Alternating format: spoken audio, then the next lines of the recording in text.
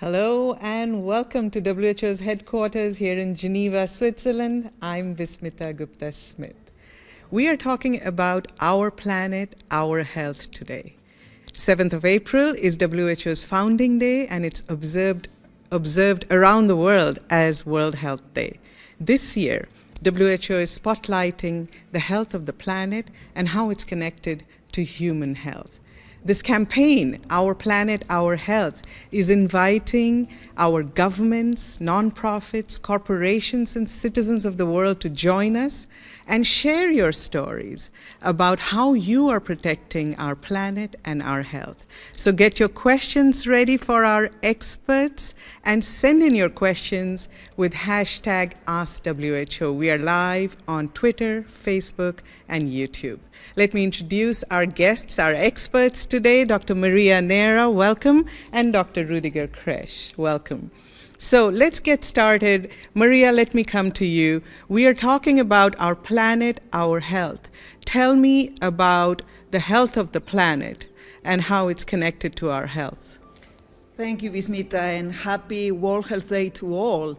It's a positive and a very stimulating celebration. We are reminding everyone how strong the interlinkages between the health of the planet and our health are. And why? Because we depend very much on those resources from the ecosystems, from the biodiversity. We need clean water, we need food, we need clean air to breathe, we need a shelter, and all of that comes from this planet. So if we keep destroying, polluting the planet, our health will be definitely at risk. In addition to that, the pandemic has reminded us as well that we need to keep that barriers between the human health and animal health. And if we keep with the aggressive deforestation, aggressive agricultural practices, fertilizers, pesticides, we are creating an environment that will that barrier of protection will disappear, and then we will be much more vulnerable for new virus to emerge or for those zoonotic diseases to represent a major problem. The three things, animal health, human health, and planetary or environmental health, are so much connected that the celebration of the World Health Day, Our Planet, Our Health, cannot be more critical, relevant, and timely. Thank you, Maria. I want to come back to you and talk about air pollution and other aspects of what you touched upon. But let me come to you, Rudiger. So paint us a picture of where we are and where we want to get to. Yeah, Maria, you are absolutely right. We have an environmental crisis. At the same time, we have a health crisis and we have a social crisis. And all these crises compromise our ability to take control over our health and lives. And that is why, absolutely right, there is an urgency now to act. We need to gain back that control over our health and lives, and therefore we need to reboot our societies. We need to create well-being societies. That means that we're looking at our economies. How can they be rebooted so that they're creating health and well-being? We need to reboot our social lives so that the information that we receive is true, and we're combating fake news and all the hate that we see on the web.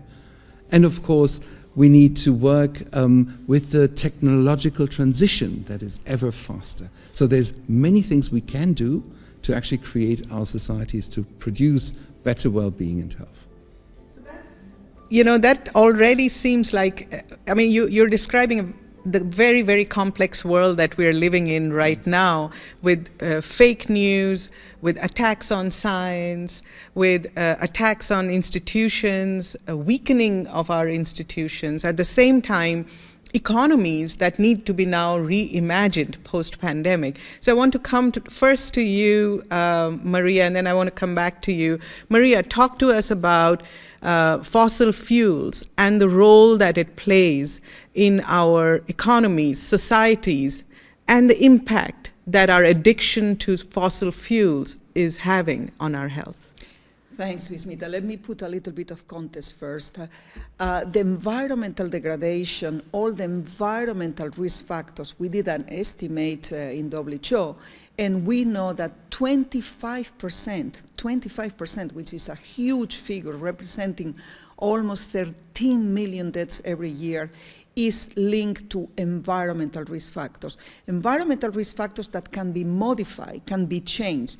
So means that if we reduce air pollution, if we make sure that people have access to sanitation, to clean water, if we have better agricultural practices and less dependence on pesticides as well, we will reduce all of those risks.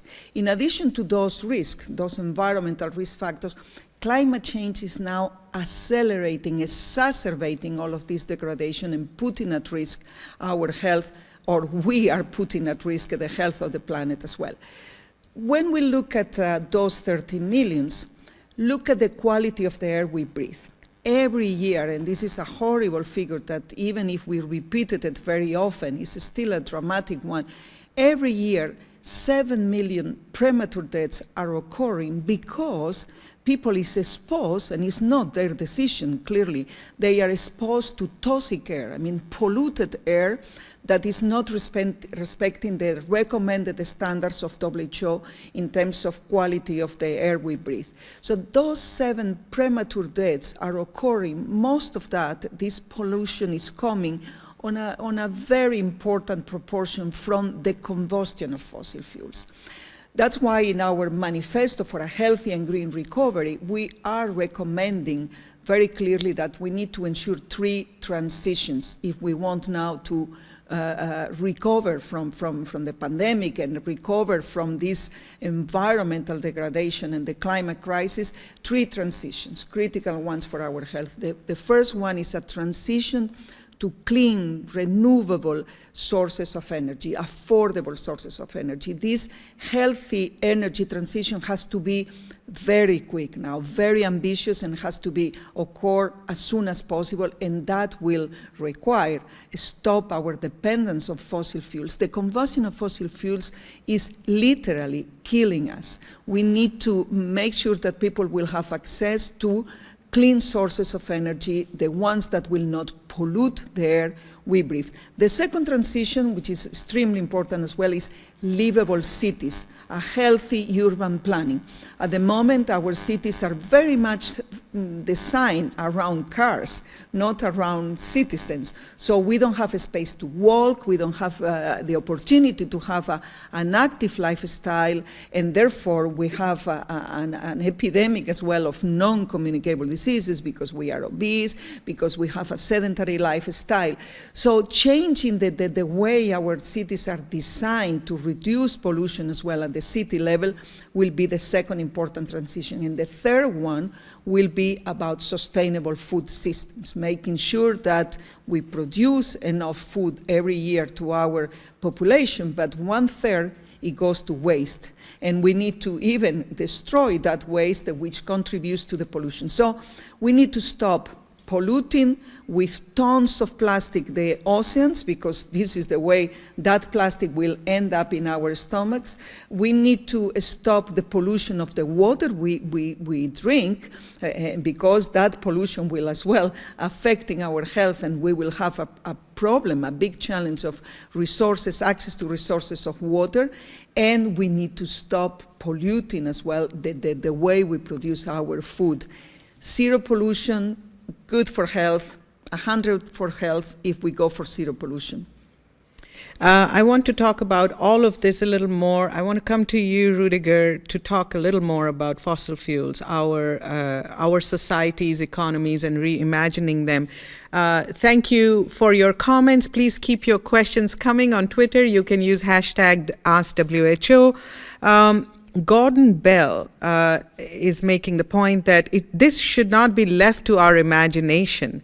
It is possible, and what's missing is political will and leadership. I want to talk to you about that, Rudiger. Also, Fred is flagging on LinkedIn that there are countries that are investing in green hydrogen to reduce fossil fuel pollution. Why is the rest of the world not doing that? I want to come to you about that. So let's come first to you, Rudiger. So it's true what Gordon's pointing out, that we are beyond the let's imagine this. This is actually possible. So talk to us about our addiction to these fossil fuels, how our societies are right now, and how will we get there? Because the options are available clearly. Absolutely. We know the what, we know the how. It's, as Gordon says, it's a political choice. And the political choice is very much driven by the economy, right? So we need to now reshift the economy. Maria, what you said absolutely makes sense also from an economic point of view. There's a lot of profits to be made in renewable energies. So what we need to do with the economy is to, first of all, stop the subsidies for fossil fuels and disinvest from fossil fuels and invest into healthy services and products and renewable energy. So what we can do is to design the economy so that they are profitable and really make them livable worlds. So it is not that we are dreaming this up. It's very concrete, and that's the wonderful news within these crises, that humanity has always found solutions to actually mitigate risks and address the challenges at hand. This is what we have now. We can make the healthy choice. So the economies, again, coming back to that, what we see is that there's, of course, commercial interests, right? So very powerful commercial interests that go for the unhealthy choices. We need to come together with those interests, also economic interests, that stand for the healthy solutions and balance out the lobbying that is going on in all the governments around the world. And if we are coming together, I believe that we can actually reboot. You see this in the current situation, in Ukraine, right? Within weeks, some governments shift out of fossil fuels and move towards renewables because they know the solutions work. So I want to come back to what people can do, because the UN and WHO has a role, and other partners have a role in working with governments to get there. But we want to also talk about what people can do. But before that, Maria, let's go back to the question that Fred is flagging about green hydrogen and how some countries are succeeding with these alternatives. Why don't you answer that, and then I'll take the next questions. Thank you. And it's a very relevant question. You know, at the COP, where all the negotiations on climate change are taking place, there is definitely a lot of discussions about how to do this transition to renewable sources of energy. There has been an enormous advancement into that, and the green hydrogen is playing a part. On other sources of renewable, solar panels, are one of the wind energy. Those are technologies that are well developed, not everywhere. We need to definitely do a transfer of technology for those countries who do not have access to that. How to solve that equation? We are not ready to reach 100%, but WHO has been working on a high-level coalition on energy and health, because we recognize that this movement, this transition to the healthy sources of energy, renewable sources of energy, is fundamental for our health. So which part will pay each of those new technologies and projects is in the equation, but it will depend as well on the transfer of technologies that the countries that now are participating at the negotiation of COP are playing, and how we will be accelerating, and how much we will have this political commitment to do it. To start with, we need to stop giving subsidies to fossil fuels. We have a lot of estimations proving that all the externalities, when you give subsidies to fossil fuels, you do not calculate the cost that these fossil fuels will have in terms of health, because that exposure to the combustion of fossil fuels will generate diseases that the health system needs to cure and treat, and that cost overweight the investments that you need to accelerate this transition to green sources of energy. So the solutions are not 100% there, but with political decision, we need to accelerate and transition as much as possible, and the health argument is one of the most powerful to do this acceleration. So, Maria, stay with that thought. Can you unpack for us, first of all, tell us what exactly we mean by fossil fuels, just so we all have the same understanding. And then talk to us about taxpayers' money subsidizing fossil fuels and what we are recommending. When we say keep fossil fuels on the ground, what is it exactly that we're asking governments to do? Yeah, we are asking to stop using coal, for instance, that you know that in some countries they are still relying on the combustion of coal. Many developing countries at the household level, they still are forced to cook and heat in their houses and lighten in their houses with very pollutant fuels coming from, coal or other sources which are very pollutant. But when we talk about fossil fuels, we refer to coal, gas, and oil fundamentally. So the transition is needed, and the level of ambition on this transition and this acceleration will be depend very much on the health benefits that we will obtain. And the good thing is that we will be tackling the causes of climate change, we will be tackling the causes of air pollution, and generating enormous benefits for the health of the people.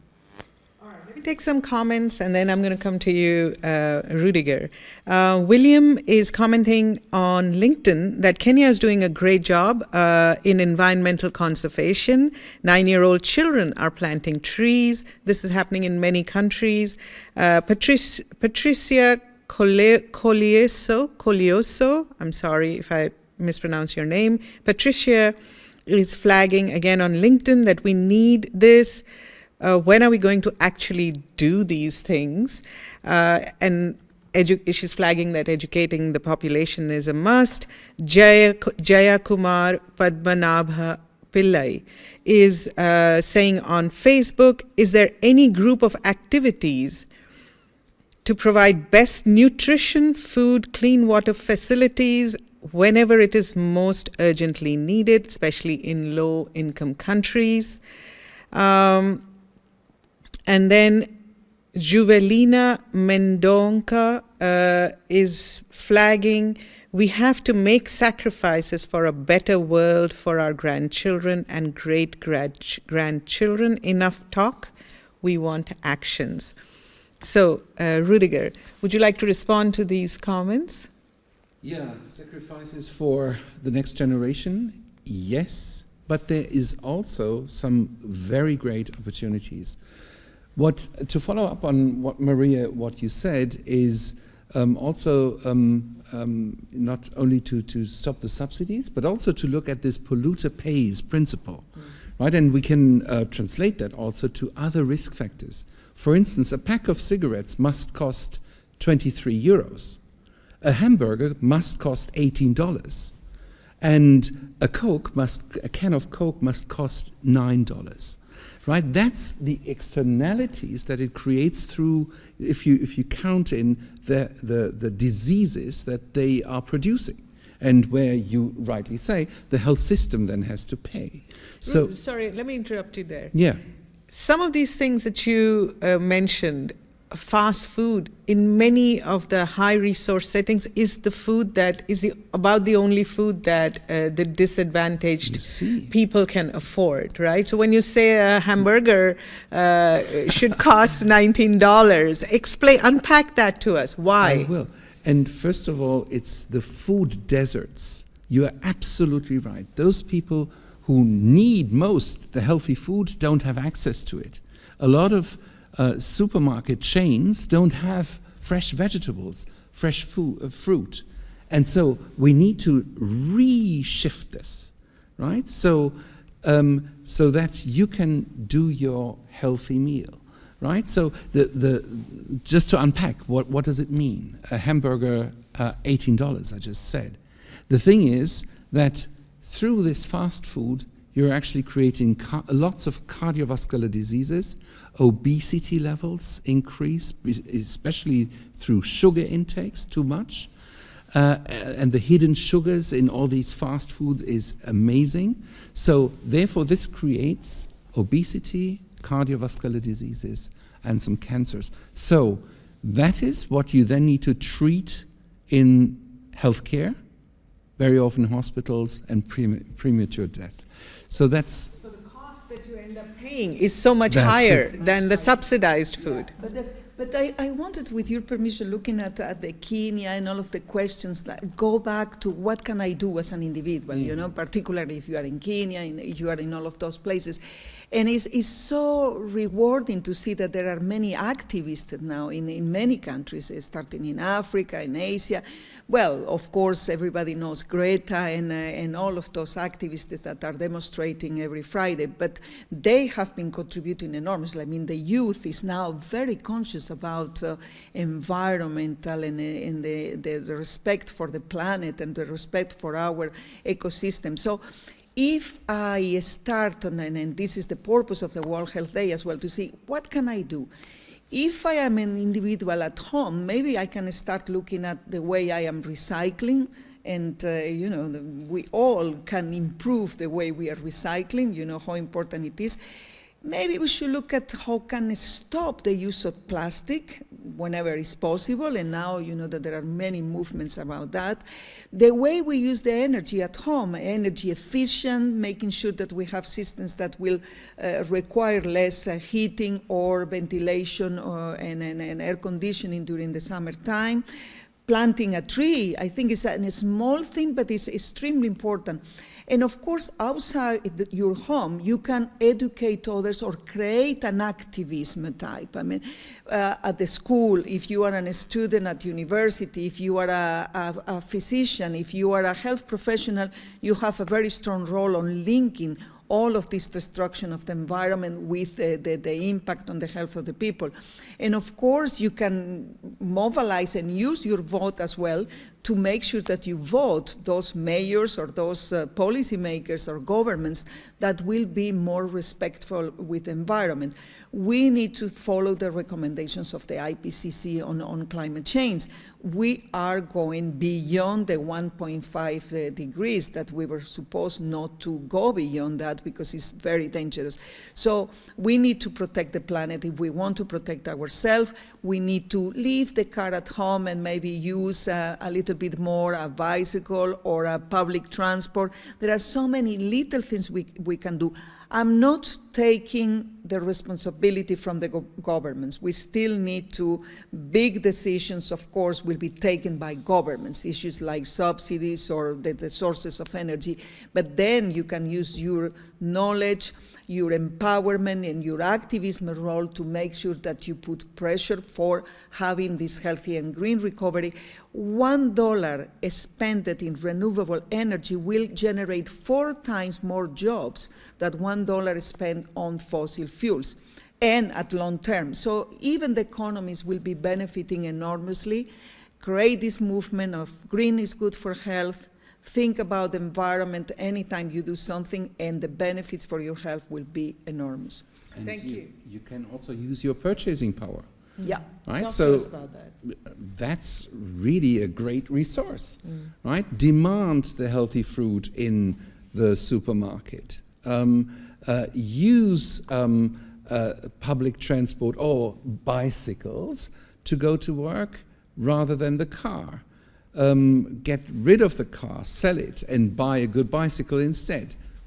You will do a lot for the environment and for yourself because you're more physically active. So let's not forget that we can do something. And again, I think the responsibility, though, on the conditions, because you know we can say this easily. Many others cannot. Right? So let's look at the inequities in societies as well, and the responsibilities, therefore, on us, our individually, but on our governments to help those people who have exposure to much higher risks than us, to help them more than us. So that's the general thrive of how policy making and governance should be. So Mahasuna Sharana is flagging that air pollution is increasing every day. How can this problem be solved in a developing country? How much of a threat is it? So WHO just released, just updated the air pollution database, where we actually, our key message to the world is that 99% of the world is breathing unhealthy air. That is a scary, scary picture. Already it was scary when we were saying over 90%. Talk to us about this new picture that has emerged in WHO's air pollution database. Thank you, Vismita. Yesterday we presented this database, the biggest until now, on more than 6,000 cities, how they monitor the quality of the air that people breathe. This complements other studies that we did in the past, assessing the quality of the air globally. And the picture is very negative. One positive thing, there is a big increase on the number of cities now measuring, monitoring air quality. That's very good. There are good initiatives in many cities as well, reducing the main sources of pollution. But still, the very terrible picture is that most of the people around the world, almost all of us, we are breathing air that is not the best to protect our health. WHO issued the new air quality guidelines where we were saying what should be the standards for PM 2.5, which, as you know, is the one that will cause more damage to our health, and the consequences are terrible. So what is happening is that the situation is getting worse and worse in terms of air pollution, and what we need to do is, one of them is reduce this dependence again on fossil fuels, because again the combustion of those fossil fuels is on a big proportion responsible for this air pollution. Anthropogenic causes means the causes are created by us, so the transport we use, the way the residential fuel combustion, even the way we use and put in place some agricultural processes. In some countries, we have even waste incineration that contributes to that. We have certain industrial processes that can be reviewed, and the agricultural practices that needs to be reviewed. All of this is already part of the climate change commitments, but is still not ambitious enough if we want to protect our health. So that's so urgent that we start to rethink on how our cities are and how the sources of energy we use, because our health is suffering enormously at the moment. Maria, I think now most people who have read the headlines about air pollution can make the connection between air pollution and how it impacts our lungs. Talk to me about all the organs in the body that it impacts, and especially the impact that it has on children and unborn babies. Yeah, because for many years, the evidence about how the air pollutants will impact our respiratory system has been accumulating. I mean, we all know that those pollutants, they go very deep in our lungs, and they cause chronic and acute respiratory diseases, means from lung cancer to pneumonia, but as well chronic respiratory diseases like asthma, for instance. But most of those particles, when they are very, very teeny, like the PM 2.5, they go beyond the lungs, they go to the bloodstream, and from there they can go to the cardiovascular system, causing ischemic heart disease. I mean, our heart will be in failure, and will go as well to our brain, causing stroke. And in addition to that, now we are mountains of evidence as well related to the fact that even a non-born, I mean a fetus, if the mom is exposed to air pollution, the particulate will reach the placenta and affect the development of that brain even before that fetus will breathe the air. And that will have consequences in the long term. We know as well that air pollution is affecting our cognitive development, our neurodevelopment, and even other diseases, neurodegenerative diseases that are very much of a problem and concern. So almost all organs are affected by air pollution, and that is a reason why even now, with the addition of children at risk because they are breathing this toxic air, we should all take the measures that will be at the level of the public health emergency that this represents. I mean, listening to you, how devastating this is. I wasn't aware, honestly. But it shows also that in WHO we're basing the judgments, though what we're just saying, Marie and I, on the recommendations how societies should reboot, we're basing that on evidence. Because lots of people say, oh, that's a political agenda, party politics, what are you saying? But of course health is extremely political, but it's not party political. And the recommendations, the advice that we're giving is based on this very sound evidence. And I think that's the difference that we need to understand now, that it's urgent. We cannot wait another 20 years for what you're saying. We cannot wait. We must act now, right? And we, as we started with, we know what to do, right? So we just have to get this right now. Take some comments from our viewers. Please also let us know where you're watching from. Lionel Chavez is commenting on junk food, that it's a learned issue. Mm-hmm. I grew up eating village food, then my food shifted to convenient, not because my village food disappeared, but because it is a trendy thing to do. I agree with you, Lionel. I grew up in India, and food tasted different when I was young. And I think it's because we had not moved into this level of industrial agriculture, pesticides and fertilizers at that time. And most of the meals were home cooked.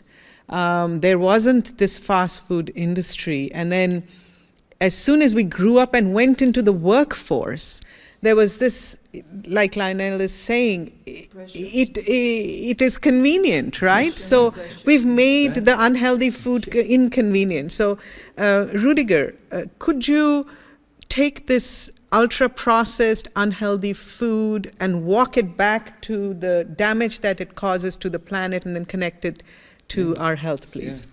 First of all, absolutely right. Because it's called convenient because they think it's convenient, right? So let's look at this and unravel this a little bit, right? So habits, you're getting into a habit just to put in the pizza and just get it in the oven and then you can eat 10 minutes later, right? So, but how good it is for you and the family, for your social life, to do the cooking at home and have one meal per day with friends or the family is a rewarding thing as well. Let's reboot, let's rethink. And it's much cheaper as well. Because when we said they can only afford junk food, no, junk food is much more expensive if you look at the ingredients than if you buy the fresh and healthy stuff, right? So there's what you need to do is to get out of the one habit and change the habit to a new one. Just to say a little bit what it causes, the waste, the plastic, that you're talking about that ends in our lungs and everything. So this, of course, has increased by so many times because you're buying the hamburger in a plastic box. It's all wrapped in plastic, and it creates all these waste that we want and need to reduce, right? So then the ingredients of that, as we know, it's not the fresh food. It's made up cheese. It's not the right one. It's you get so many side ingredients that you don't want. Having an ice cream once in a while is wonderful. It's sweet and it's wonderful. But to have these sugars, these hidden sugars in so many conserves, we don't even know how much sugar we eat through these hidden things in that sort of convenient food. So to get a little bit more conscious about what we're eating and to support the healthy food and choices, to actually use your purchasing power to then demand it, to get it back. We've seen it in big food supermarket stores where all of a sudden they see that biologically, locally produced and locally consumed food is wanted by so many. So all of a sudden we see an increase of that, of the availability of that food. And that depends because we as consumers have wanted it, and of course the regulation that it makes, that we're actually supporting this with our governance instruments, right? So it is doable, but I can understand we need to get out of one habit and change it to a healthier one.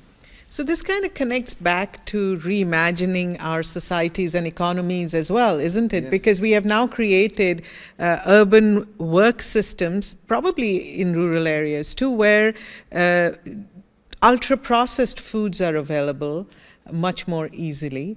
And we're working in situations where there's so much stress, no time to eat, right? So this is where your reimagination of this society comes in. Positive things, right? So it's, as I said, it's good for you. It's good for your social environment. We just need to rethink also our everyday lives. So it's not. I mean, for most of the people, there's very good food that you can, recipes that you can cook within 30 minutes of time. It's a matter of, rebooting, rethinking. Nobody can tell me that there's no 20 minutes a day to actually do this for yourself and your family. The good thing is you're actually then starting to sit together again around a table. You're starting to talk to people again. And not just sit in front of your smartphone, but we have real interactions again. That's something fantastic. Right. I think the whole world is realizing this this importance of connecting with people again. Maria, question for you. Please, could you talk about serious problem of food insecurity? This is Maria Julia Brunette who's flagging this question. Could you please talk about the serious food insecurity in high-income countries? It impacts not only the poor, but brown and black communities and for the most part, children K-12 and college students. Let me start maybe with the fact that since we are talking about our planet, our health, the fact that climate change is already creating very bad conditions for agricultural production in many places. So the food production might be at risk in some countries, and therefore this is one of the consequences of global warming, of climate change, that people will be forced to migrate, will be forced to move. We are having as well natural disaster, floods, and natural disasters that will cause a problem for this agricultural production that immediately will cause a problem as well on the nutrition and the diets that the people will have. In addition to that, I think specifically that question is about in rich country and high-level income countries, we still have food insecurity for the poor people. And this is a question of equity as well. And it's very much related to what Rudy was saying, which is that unfortunately the ultra-processed food is very cheap. and therefore most affordable. And when you live on a big city, sometimes the possibilities of buying fresh food, local produced food, the prices are high, and this will create an inequity in one hand, and second, a difficulty of people having access to this type of healthy diets. This is something that the governments need to look at that, and making sure that this ultra-processed food, the prices will incorporate the damage that they cause to our health, and then they make affordable the local food, the healthy food to this type of population. This is an issue that needs to change very much. I wanted as well to add the fact that the food production contributes to more than 1/4 of the global emissions responsible for climate change, I mean the greenhouse gases emissions. So obviously what we do about the food production, that's why we need to do this sustainable food production and consumption as well. There is no point of producing something in India that you will bring to Geneva to consume, and then the one produced in Geneva moving to India. That's a transport that is contributing to the environmental footprint on exchanging sometimes food items that we could produce locally. So we need to stimulate the local production, the local consumption, and make sure that the government has policies as well that will facilitate and do something about the prices as well and the affordability. So I want to read out the list of countries that our viewers are connecting to us from.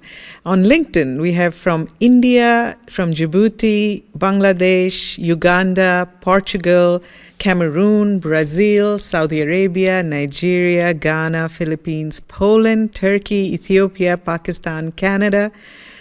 We also have on other channels people connecting from Egypt, Sri Lanka, France, USA, Barbados, Malaysia, Mexico, Argentina, Jamaica, South Africa, Thailand, Germany, Turkey. Welcome, everyone. Thank you for connecting. We are going to invite you on World Health Day, which is 2 days from now, on 7th of April, to share your stories. Come to our website on for World Health Day. Look at all of the messages, all of the information that's there, but share your stories of how you are protecting the planet and how you're protecting your health while protecting the planet, because each one of us can make this difference. So once again, thank you to our experts, and a very happy World Health Day to all of you. Bye-bye.